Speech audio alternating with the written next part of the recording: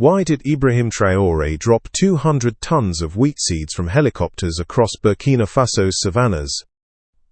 The sky above Burkina Faso roared with an unfamiliar thunder. It was not the sound of storms, nor of military aircraft patrolling borders. Instead, villagers craned their necks to see massive helicopters flying low, releasing cascades of golden seeds into the air. From Ouahigouya to Fadangoma, 200 tons of wheat seeds rained down across the savannah, falling like a strange blessing from heaven. For many, it was a spectacle of confusion. Why would a president scatter food from the skies instead of storing it? Why would one of Africa's poorest nations spend scarce resources on such a risky and theatrical act? To Ibrahim Traoré, however, it was not madness. It was strategy. For generations, Burkina Faso had lived under the shadow of drought. The rains came late, left early, and too often failed entirely. Fields cracked under the sun, harvests withered, and families walked miles for a handful of grain. Aid ships brought sacks of foreign wheat, but these handouts tied the country deeper into dependency. Traoré understood that famine was not only a humanitarian tragedy, it was also a political weapon. Nations that could not feed themselves became pawns on the global chessboard. If Burkina Faso was to stand upright, it had to produce its own abundance. Thus, the seed rain was born. The idea was breathtakingly bold: to distribute massive quantities of drought-resistant wheat seed directly onto the land by air, bypassing the slow bureaucracy of local delivery. In a single day, more ground could be covered than years of traditional planting. Entire stretches of degraded savanna, often left fallow and forgotten, would suddenly be seeded with life. Helicopters, once symbols of war and surveillance, were transformed into carriers of hope. Of course, the move was shocking, not only for its scale, but also for its cost. The procurement of seeds, the retrofitting of helicopters, the training of crews, all of it drained millions from a treasury already under pressure. Critics inside Burkina Faso accused Traoré of showmanship. Foreign observers mocked the operation as agricultural theatre. But Traoré anticipated the criticism. "Let them laugh," he said, as reported by an aide. "When green fields rise where they expect dust, they will stop laughing." The gamble was not blind. Traoré had consulted agronomists who had been experimenting with hardy wheat varieties, bred to survive harsh Sahelian conditions. Unlike traditional crops, these strains could germinate quickly after light rains, survive poor soils, and grow where sorghum and millet failed. By scattering them from the skies, Traoré multiplied the chances that at least a fraction would take root, transforming barren landscapes into fields of grain. Beyond food security, there was symbolism. The image of seeds raining from helicopters carried a message to his people. The state was not passive, waiting for foreign donations. It was active, creative, even defiant. For a population weary of promises, the spectacle restored faith. Children ran through fields collecting seeds in their hands, elders compared it to the first rains of the season, and whole villages began preparing to guard and nurture what fell from the skies. The ecological logic was also sound. The scattered wheat would not only feed humans but also provide cover for animals, reduce soil erosion, and attract rainfall through ground-level humidity. In zones where desertification had advanced dangerously, the sudden burst of green could act as a shield against the encroaching Sahara. Politically, Traoré was once again outmaneuvering his opponents. For decades, Burkina Faso had been trapped in the cycle of donor conferences and conditional loans. By launching such an audacious project without waiting for international approval, he declared independence in the most visible way possible. "We are not waiting for charity," he told a national address. "We are planting dignity." And so, as the sun set over the savannah, the ground was blanketed with the promise of wheat. No one knew how many seeds would sprout, how many rains would come, or how many families would be fed. But one thing was certain: the president had changed the conversation. Hunger was no longer accepted as fate, it was being challenged head-on, from the skies. The seed rain was a gamble, costly and risky. But for Traoré, it was not just about crops. It was about rewriting Burkina Faso's future with the stroke of a daring act. When news of Ibrahim Traoré's seed rain spread beyond Burkina Faso, the world reacted with disbelief, even ridicule. International commentators asked how a country struggling to pay its teachers and soldiers could justify releasing 200 tons of wheat seeds from helicopters. Some dismissed it as reckless theater, others as a desperate stunt from a leader with few options left. Yet, to those on the ground in Burkina Faso, the decision carried both shock and awe. For them, it was not only a gamble but also the beginning of something larger than they had ever imagined. Traoré understood the scale of the crisis better than anyone. The drought had not been a temporary disruption, it was becoming the new climate reality. Each year, rains grew more uncertain, rivers dried faster, and food imports consumed more of the fragile state budget. Aid agencies responded with sacks of foreign wheat, but these quick fixes eroded dignity and deepened dependency. Traoré believed that only a radical act could break the cycle. That act was scattering seeds across the savannah from the sky, gambling on life in the face of drought. The gamble was costly in every sense. Procuring drought-resistant wheat seeds required striking emergency deals with international suppliers and African research institutes. Helicopters had to be borrowed, rented or retrofitted from military fleets, consuming precious fuel and logistics. The coordination itself was massive, mapping flight corridors, training pilots to release seeds evenly, and ensuring villagers below were prepared to protect the new growth. The bill was staggering. Some estimates said it consumed nearly one-third of the year's agricultural budget. But Traoré calculated that the cost of inaction was even greater. Another season of famine, another generation scarred by hunger, another year of political weakness. The brilliance of his gamble was that it was not just about feeding people. It was also about rebalancing the relationship between humans and the environment. By dropping seeds in zones where animals roamed and where desertification advanced, Traoré created the possibility of dual salvation. The wheat fields would feed villagers, but they would also provide cover and food for wildlife, antelopes, birds and even elephants, searching for sustenance during dry seasons. In this way, the seed rain was not only an agricultural project, but an ecological one, weaving together survival for both people and nature. Villagers at first reacted with confusion. Some wondered if the seeds would simply rot in the dust. Others feared they would be stolen or washed away. But when the first light rains arrived weeks later, and tiny green shoots pierced the brown soil, hope surged like water in a dry riverbed. Children laughed as they ran barefoot through fields sprouting where none had existed. Families began building fences, watering the seedlings with whatever they could carry, guarding the miracle that had fallen from the sky.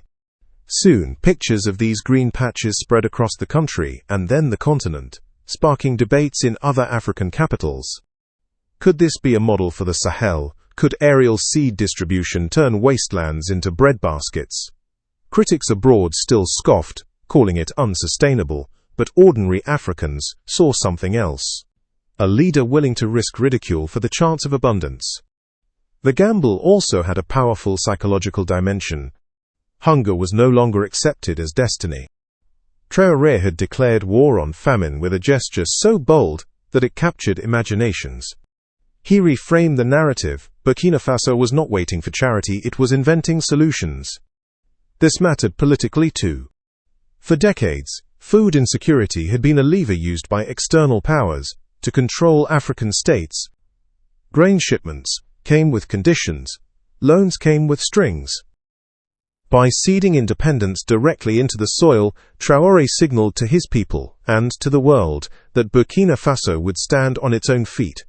International economists warned of waste, disease and logistical nightmares, but Traoré was unmoved. He pointed out that every seed was a potential multiplier. One grain could produce dozens more. Even if only a fraction sprouted, the long-term gain outweighed the upfront loss. He likened it to planting dignity as much as planting food.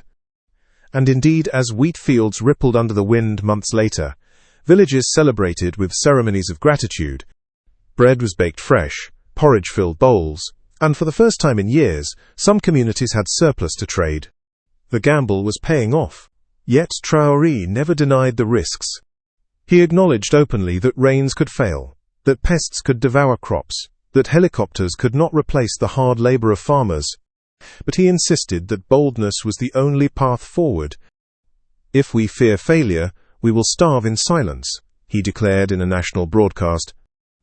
"If we dare, at least the land will answer." It was a costly gamble, shocking in scale and daring in execution. But in the eyes of many Burkinabé, it was also the first time they saw their government act with such urgency for their survival.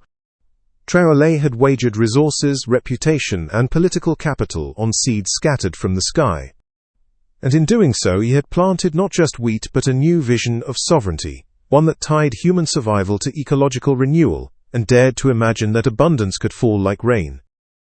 The first harvest from the aerially scattered wheat shocked even the most skeptical observers. What had once been cracked earth now shimmered with golden stalks swaying in the Sahel wind, and for the first time in memory, villages were not talking about famine, but about surplus. The gamble that many called madness began to reveal itself as a masterstroke of political calculation and agricultural innovation. Traoré's vision had never been only about wheat. It was about using wheat as the lever to pull the entire agricultural sector into a new era of growth. At the heart of this transformation was food security. Wheat quickly became the backbone of village diets, supplementing the traditional staples of millet and sorghum.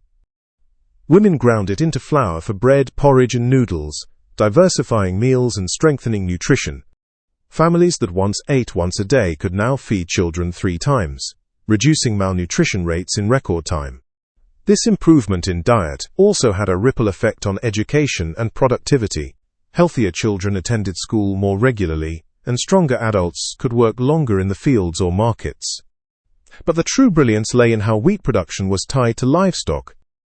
Wheat straw and husks, once considered waste, became feed for cattle, goats, and sheep. This simple connection turned farmers into herders, and herders into farmers, uniting 2 historically separate groups. Livestock grew stronger on steady feed, producing more milk and meat, while their manure fertilized wheat fields, creating a circular system of productivity. For centuries, conflict between herders and farmers had plagued Burkina Faso, but the sudden synergy between crops and cattle began to ease tensions. Shared interests replaced disputes as communities realized they prospered more by cooperating than competing. Economically, wheat became a catalyst for local and regional markets. New bakeries opened in towns, grinding mills ran day and night, and traders moved bags of grain to urban centers where demand surged. In Ouagadougou, wheat-based products that had once been expensive imports from Europe were suddenly produced locally at affordable prices. Young entrepreneurs launched pasta and biscuit factories employing hundreds and proving that agriculture could fuel industrialization.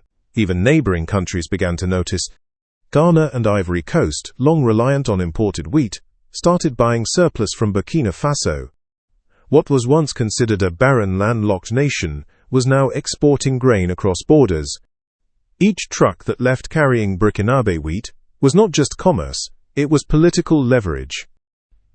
Traoré could now negotiate trade agreements from a position of strength, offering food in exchange for infrastructure partnerships, energy projects, or diplomatic support. The wheat became not only an engine of farming, but a currency of diplomacy. The ecological impacts were equally powerful. Fields that had been seeded from helicopters trapped moisture, reducing desertification and restoring fertility to the soil. Birds returned, rodents found cover, and even wild antelopes grazed at the edges of wheat fields, reducing their raids on village crops. By feeding both humans and animals, Traoré created a shared ecosystem of survival. Conservationists, once skeptical, began to support the program, noting that healthier ecosystems made communities less vulnerable to climate shocks. Politically, Traoré reaped immense capital from the success. He had staked his legitimacy on the seed rain, and the thriving wheat fields became living proof of his foresight. When foreign critics continued to call the project wasteful, he invited them to walk through the fields themselves. Many did, and left humbled. For Burkinabé citizens, the wheat was more than food. It was dignity. They no longer depended on imported sacks, stamped with foreign flags. They baked their own bread with their own grain. And this sense of sovereignty electrified the national psyche. Yet Traoré was not blind to challenges. Storage became a pressing issue as harvests exceeded expectations. Without proper silos, much of the grain risked spoilage. In response, he pushed for rapid construction of community grain banks and modern storage facilities, funded not by loans from abroad, but by reinvested profits from exports. He also encouraged cooperative ownership, ensuring that farmers themselves controlled these structures rather than elites. By doing so, he not only solved a logistical challenge, but also empowered rural communities with a new layer of autonomy. The wheat boom also redefined gender roles. Women, who dominated small-scale food processing, became central to the new economy. They led cooperatives, managed bakeries, and controlled cash flows from flour sales. In many villages, women for the first time had enough income to make independent decisions about their families, education for their children, and even local politics. The empowerment of women became an unexpected but transformative consequence of the wheat revolution. And in every success, Traoré saw another layer of leverage. He used wheat as a symbol of self-reliance in speeches across Africa, urging other Sahel nations to replicate the model. He positioned Burkina Faso not as a student of foreign aid, but as a teacher of African solutions. Universities began studying the experiment, journalists reported on the miracle wheat, and Pan-African movements embraced Traoré as proof that bold leadership could defy the odds. What began as an act, many ridiculed as reckless, was now a regional blueprint for sovereignty. But Traoré was not finished. He understood that wheat was only the beginning. With infrastructure built, markets awakened, and citizens inspired, he began plotting the next phase, transforming wheat into the springboard for a fully integrated agricultural economy, where farming, livestock, and industry would merge into one powerful system. By the time the third harvest rolled in, it became clear that Ibrahim Traoré's gamble with the seed rain was not a passing miracle, but the foundation of a new national strategy. The 200 tons of wheat seeds dropped from helicopters had sparked more than fields of grain. They had ignited an agricultural revolution that positioned Burkina Faso as a model for Africa's future. Wheat was no longer just a crop. It had become the springboard for a new system that tied food, livestock, trade, and political sovereignty into one integrated vision. Traoré understood that wheat was not valuable in isolation, but in how it unlocked multiple layers of development. Every grain harvested fed families, but it also generated straw that fed cattle, whose manure fertilized fields, which in turn produced more wheat and other crops. This cycle of renewal became the backbone of an agroeconomy designed to be self-sustaining. Surpluses were stored in community grain banks, stabilizing food prices and insulating the country from global shocks. For the first time, Burkina Faso entered planting seasons not with fear, but with confidence. Yet the genius of Traoré's plan was how he transformed wheat into power. Domestically, the expansion of wheat production created tens of thousands of jobs, not just in farming but in logistics, milling, baking, and trading. Youth who once dreamed only of migrating to Europe began investing in agriculture, seeing opportunities for profit and dignity at home. Women became leaders of cooperatives, controlling flour markets and shaping local decision-making. This social transformation translated directly into political stability, as citizens saw tangible benefits from a government often dismissed as too young or too radical. Regionally, Burkina Faso leveraged wheat exports to forge alliances. By supplying neighboring countries with affordable grain, Traoré positioned his nation as indispensable to West Africa's food security. Trucks carrying Burkinabé wheat crossed into Ghana, Togo, and Mali, and in return Burkina Faso negotiated access to ports, infrastructure investments, and favorable trade agreements. Where once the nation had begged for aid, it now negotiated as a supplier. Wheat had become a diplomatic currency. Internationally, the success of the seed rain challenged the dominance of foreign agricultural imports. European exporters who once dumped wheat into African markets at cheap prices now faced competition from Burkinabé grain that was fresher, cheaper to transport, and politically popular. Multinational corporations lobbied against the program, but Traoré turned this resistance into a narrative of defiance. Burkina Faso was no longer a dumping ground, it was a producer. This shift resonated far beyond his borders, inspiring debates in parliaments from Dakar to Nairobi about whether other African states could replicate the model. The ecological benefits added another layer of strength. Wheat fields stabilized soils, reduced desertification, and captured rainwater. Pastures regenerated around these fields, supporting cattle and wildlife alike. Conservationists noted a reduction in animal raids on villages because wild species found food at the margins of wheat plantations. By aligning human survival with ecological balance, Traoré proved that development and conservation could work hand in hand. The symbolic power of the wheat revolution was immense. Images of green fields stretching across what had once been barren savannas became viral across Africa. Documentaries showcased how helicopters once used for war now spread seeds of life. For citizens across the continent, Burkina Faso's story became more than agriculture. It became a metaphor for sovereignty, courage, and imagination. In global forums, Traoré seized the stage.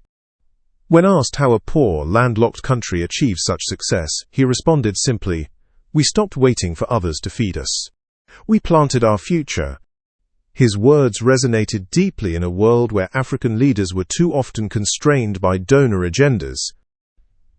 By the fourth year, Burkina Faso had not only achieved food security, but also begun to diversify industries around wheat. Breweries experimented with wheat-based beverages. Textile industries revived using wheat straw, and energy plants piloted biomass technology from agricultural waste. Every part of the wheat was used, maximizing value and creating resilience. At the same time, Traoré invested heavily in knowledge. Agricultural universities received funding to study soil science, irrigation, and crop innovation, transforming Burkina Faso into a hub of agricultural expertise. Regional students came to learn, and research centers began exporting knowledge as much as grain. The intellectual capital born from the wheat revolution became a resource as valuable as the harvest itself. Politically, this success strengthened Traoré's position at home and abroad. Detractors who once mocked him as reckless now admitted his foresight. Citizens who had doubted his youth and boldness now saw him as a leader who had delivered the most basic but most powerful promise: food on the table. Across Africa, youth movements hailed him as proof that radical leadership could change realities. Critics still pointed to risks. Climate shocks could undo progress. Storage needed constant expansion. Pests could devastate fields. But Traoré turned each risk into reform, investing in irrigation systems, building grain reserves, and mobilizing research against threats.